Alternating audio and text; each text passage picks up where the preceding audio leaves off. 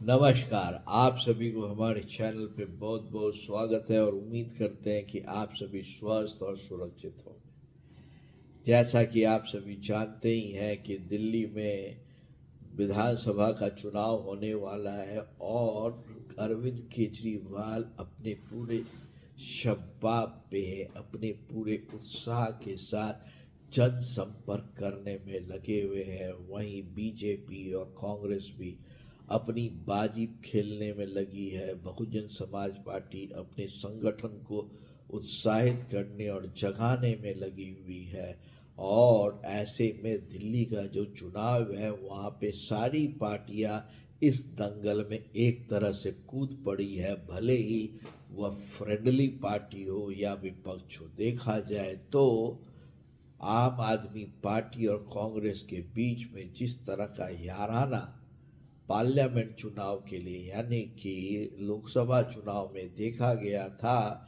और उसके बाद से जिस तरह की तकरारें देखी जा रही है वह बिल्कुल दिखाता है कि ये एक अपॉर्चुनिस्टिक गठबंधन है।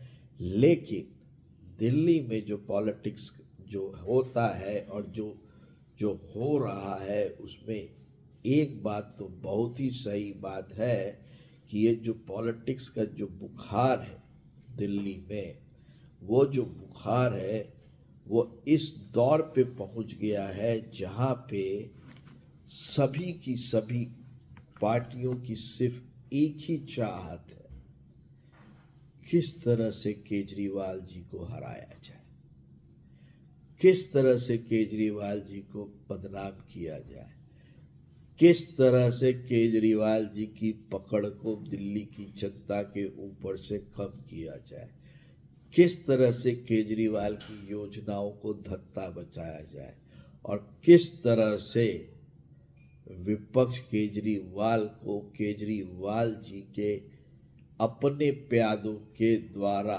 मारा जाए। और इसी के तहत सबसे बड़ी जो स्ट्रैटेजी निकल कर जो सामने आ रही है और वो ये आ रही है कि केजरीवाल जी के घर पे ऐसा घेरो, ऐसा उलझाओ, ऐसा फंसाओ कि उनकी रातों की नींद हराम हो जाए, यह सोच के कि वह इस सीट को आखिर बचा पाएंगे कि नहीं बचा पाएंगे।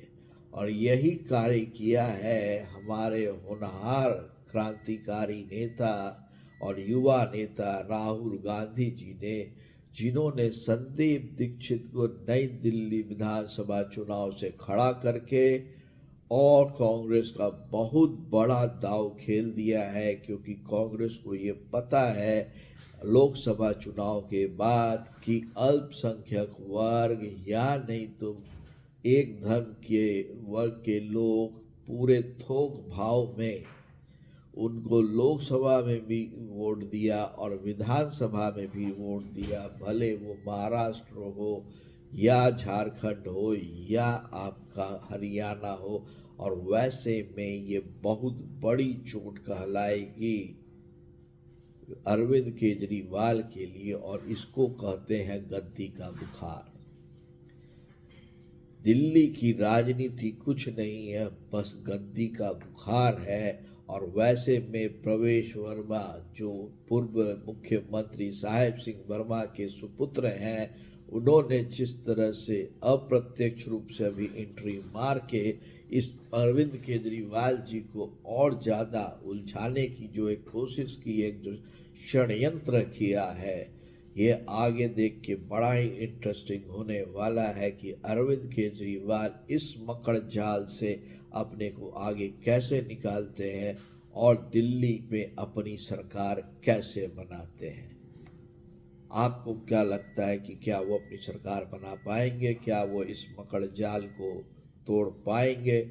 जरूर बताएं। इस चैनल को जरूर लाइक करें, सब्सक्राइब करें और शेयर करें। तब तक के लिए आप सभी को बहुत बहुत नमस्कार।